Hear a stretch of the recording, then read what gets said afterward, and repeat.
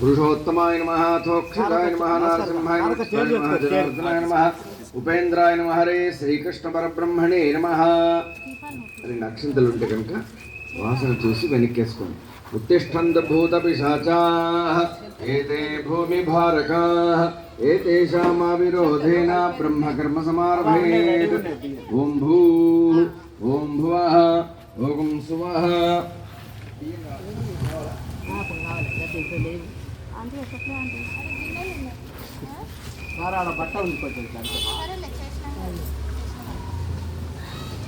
ఓం భూః ఓం భువః ఓం స్వః ఓం మహః ఓం జనః ఓం తపః ఓం తత్సవితుర్వరేణ్యం భర్గో దేవస్య ధీమహి ధియో యో న ప్రచోదయాత్.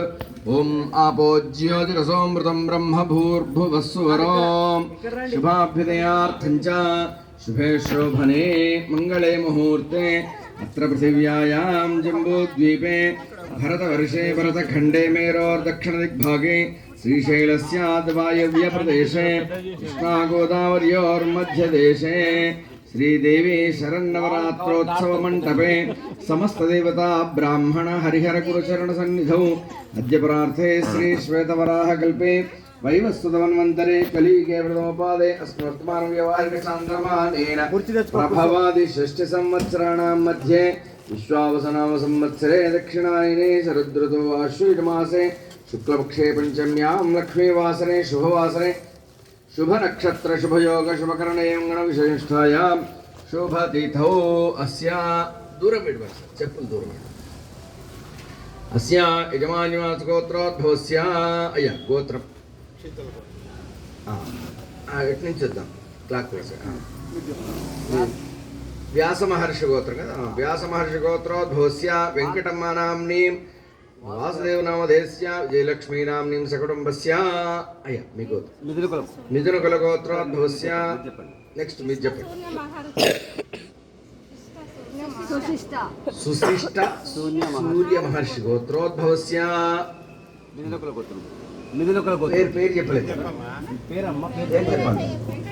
వెంకటేష్ సరస్వతీ నామ్నీం సకుటుంబస్య అయ్యా మీది మిథున కుల గోత్రోద్భవస్య రమేష్ ధనలక్ష్మీ నామ్నీం సకుటుంబస్య శనిశెట్ల గోత్రోద్భవస్య ఇంద్రయ్య ఇందిరా నామ్నీం సకుటుంబస్య మీకు అగ్నిశెట్ల గోత్రోద్భవస్య మురళీధర్ మానసానామ్నీం సకుటుంబస్య బుధకుల గోత్రోద్భవస్య వీరభద్రరావు విజయలక్ష్మి మోక్ష చతుర్విధ ఫల పురుషార్థ సిద్ధ్యర్థం ఇష్ట కామ్యార్థ ఫలసిద్ధ్యర్థం యథాశక్తి సంకల్పిత నానా గోత్రోద్భవస్య నానానామభ్యః క్షేమస్థైర్యాది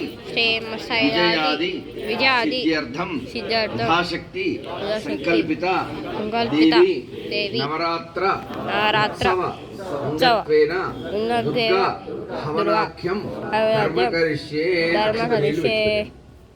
ఆ దుర్గాదేవి, దుర్గా అంటే ఏమిటి? దుఃఖాలను దుర్గే స్మృత హరసి భీతి అశేష జంతువు. ఒకవేళ ఏదైనా ఒక జంతువుకు దుర్గా అనొస్తే చాలట దానికి ఉండబడే దుఃఖాలన్నీ తొలగింపజేసేటువంటి ఆ యొక్క గొప్పనైనటువంటి తల్లి. అదృష్టవశాత్తు మానవులమై ఉండి దుర్గా అనగలుగుతున్నాం. విన్నారా? అన్ని పశుపక్షాదుల కన్నా మనం అంటాం కానీ మనసులో అనుకుంటాయి. దుర్గే స్మృత అనాల్సిన అవసరం కూడా లేదట. ఇంకొక మాట వస్తాయి స్మృతాహ. దుర్గే స్మృతాహ హరసి భీతి, భయాన్ని కూడా తొలగింపజేస్తుంది. అలాంటి దుర్గార్తి శమని అంటే ఆ దుర్గమైనటువంటి ఆ యొక్క దుఃఖాన్ని కూడా శమింపజేసేటువంటిది. కాబట్టి అమ్మవారు దుర్గా అనేటువంటిది రూపంలో వచ్చింది.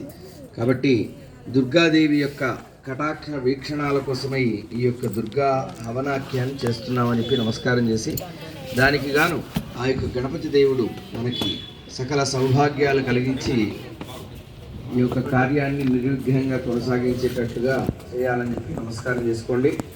గణపతిని ప్రార్థన చేసుకోండి.